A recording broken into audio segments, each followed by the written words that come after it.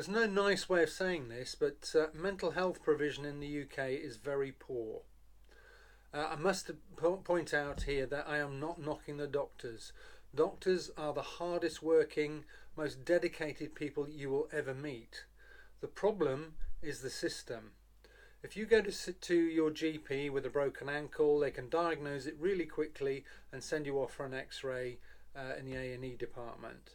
But if you go to your GP with a mental health problem, and by the way, over 70% of doctors' visits are stress related, if you go to them with a mental health issue, you've got 7 minutes with your GP. Now, what can they realistically do in that time? Well, they'll either write you a prescription for antidepressants for depression and actually sometimes stress, or anti-anxiety medication for anxiety. Or, if you're lucky, they may refer you for CBT or counselling. Now, you may be shocked to hear that 1 in 5 people last year had to wait a year for their mental health provision, their therapy. And 1 in 10 people had to wait 2 years. And unfortunately, that's not the worst statistic.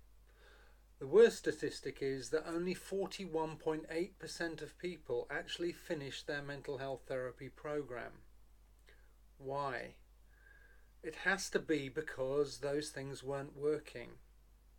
Now, if you look at counselling, most of my clients have been through counselling. Probably 60% of them have been through counselling, and many of them will say that they actually felt that they were worse coming out of it than when they went into it in the first place. And if you look at CBT, probably 35% of them have been to CBT.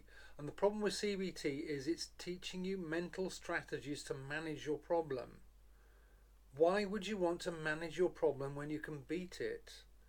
And what my clients have found, and this is what they report back to me, is that for most of them it didn't really work at all.